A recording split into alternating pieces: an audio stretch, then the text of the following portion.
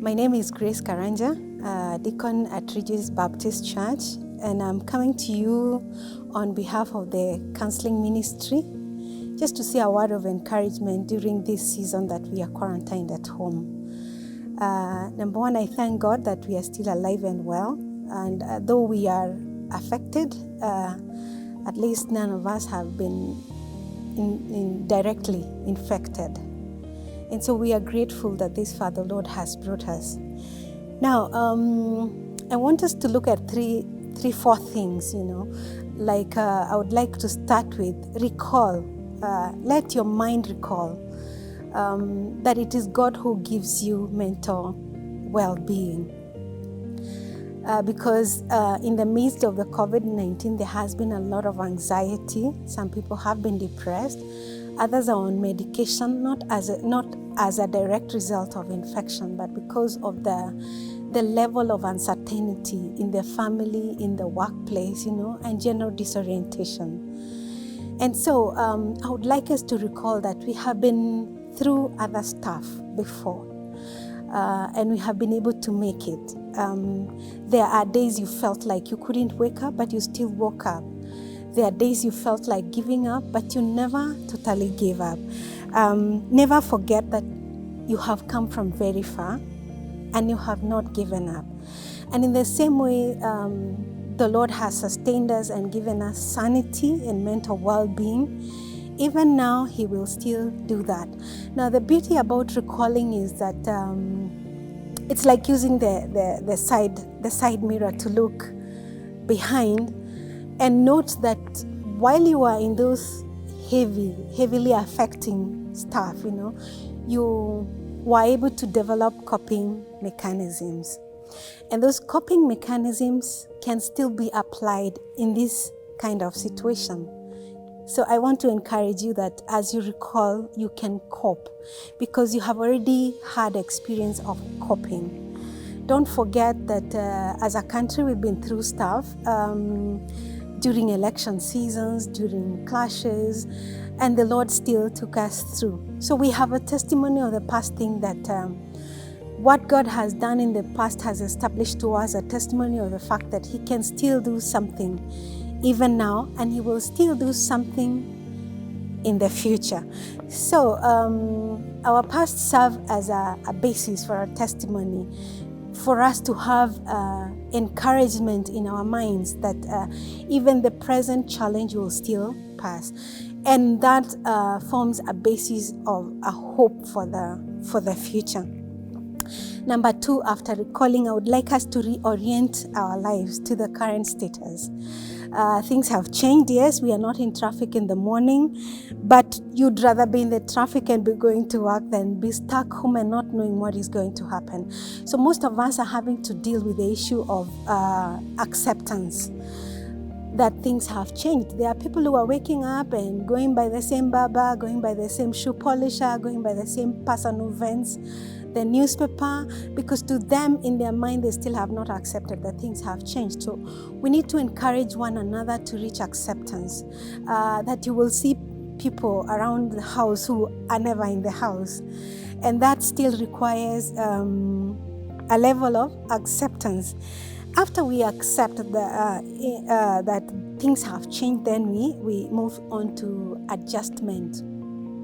And adjustment will touch different areas like our prayer, our meditation. We have changed our prayer. We are praying heavily, and I thank God for that. But we need some time to calm our minds down so that you shut out the anxieties and the uncertainties, by just coming before God in meditation. And our kind of meditation is not the kind that you empty your mind. You actually meditate along the scriptures and the promises of God. The other thing we need to adjust is our diet. And my daughter told me to remind people to take vitamin C. Just as part of building your immunity, that you don't want to be caught by something that your body cannot be able to fight. So we want to encourage each other as we adjust in with our lives in the face of what has happened, that we will also incorporate in our routine exercise. Like I was listening to a doctor's forum, and they were saying that the problem with pneumonia is that when you lie on your back for a long time, it has more effect on you. So we want to move about, even if it's just a walk or walking around the compound or just stretching. You don't want to be static, you want to move a little bit. And the more vigorous it is, the better if you are able to do that. So incorporating exercise in our routine as part of adjustment. Of course, all of us have to adjust our budgets. Needless to mention, the way we are doing things. I've just had a 3-hour Zoom meeting with Senate members from my college, and that's a different mode of working. So everybody is finding a different way of working. If your business is affected, definitely we have to reinvent ourselves in such a way that we still remain relevant and do business, not as usual, but that can be done, whatever can be done under the circumstances. And then, of course, there's a change of environment. It's good to have a breather of fresh air now that there is no heavy pollution.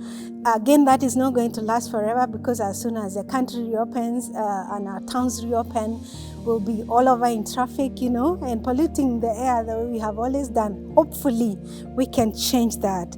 But in the meantime, it's good to have a breath of the fresh air.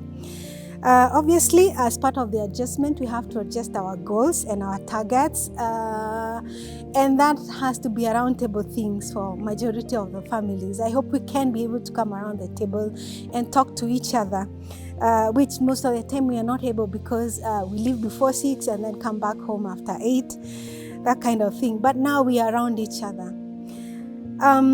After recalling and then reorienting our lives, then we have to restructure our thinking. If we are going to remain sane, and if we are going to address our mental well-being, then we have to restructure our thinking patterns, because there is always this danger of falling into a negative spiral. And a negative spiral has so many automatic negative thoughts, this is the end, it is catastrophic, this is our apocalypse, we want to change our thinking from negative to positive. And now, if we can manage the positive spiral kind of thinking, that would be very helpful for our mental well-being as we seek a balance in the midst of the uncertainty. Now, what can I do when I feel anxious, uncertain, stressed, or depressed? I'm glad you asked. Number one is you calm down yourself, and we are being encouraged by doctors and nurses to breathe in deeply. You breathe in and count up to 5, and then out. You repeat that 5-6 times. And then you clear your chest the best way you know how. So you calm yourself down, and then identify the triggers of your negative thoughts. Is it the news? Is it the WhatsApp forwards? Is it the sites that you visit? Whatever it is that you're doing that is triggering negative thinking or affecting your mental well-being, or causing anxiety or depression, it is important that you control the triggers. And guess what? You are not helpless. You are able to switch off your TV or radio, or to switch channels into a more healthier channel.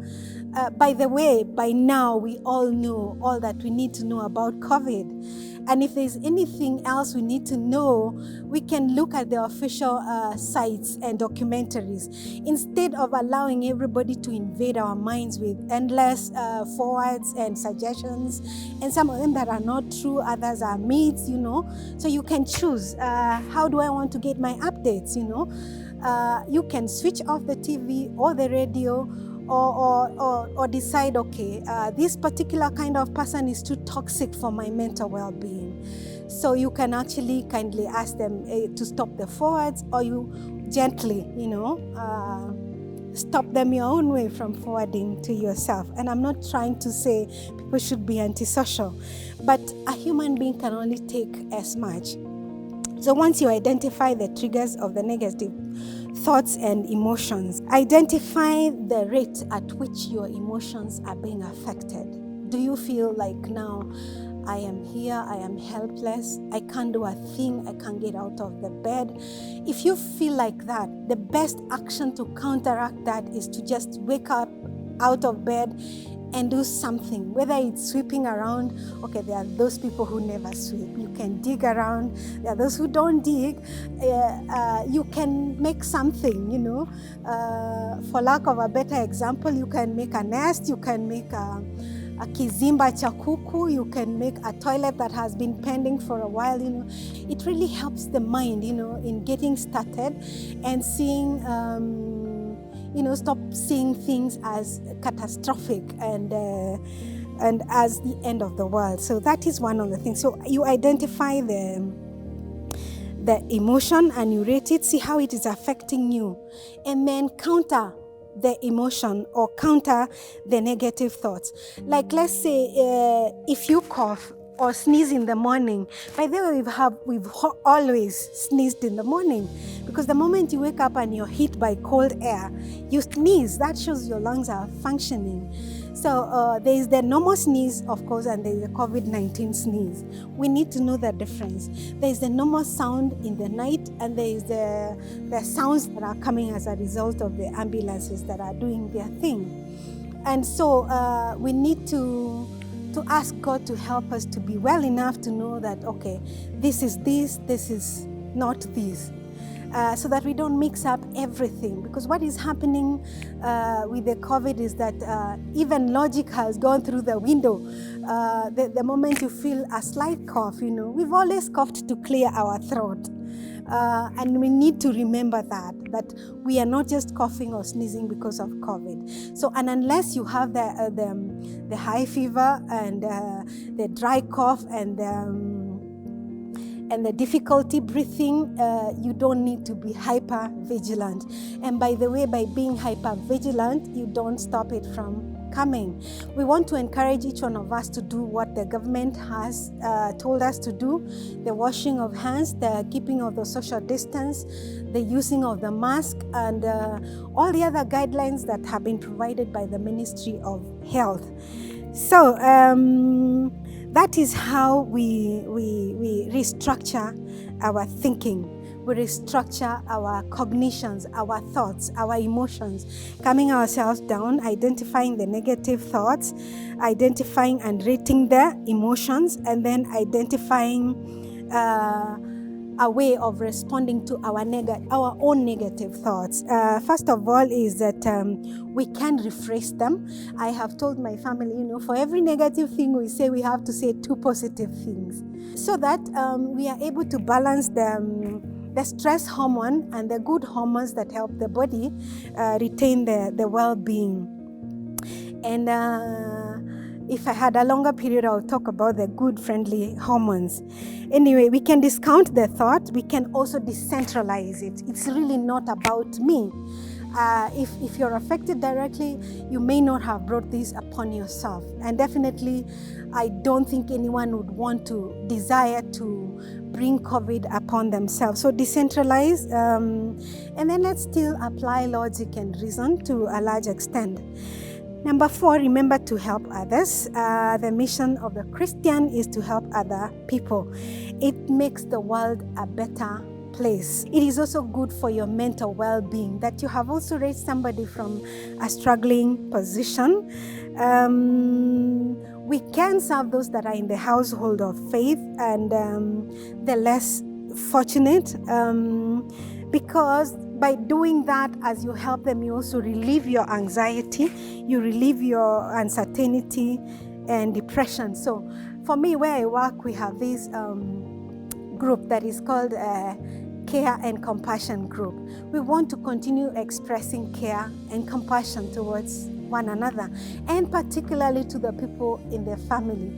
Now that we are together most of the time, we are likely to rub each other the wrong way because everybody is used to their own space, making their own decision.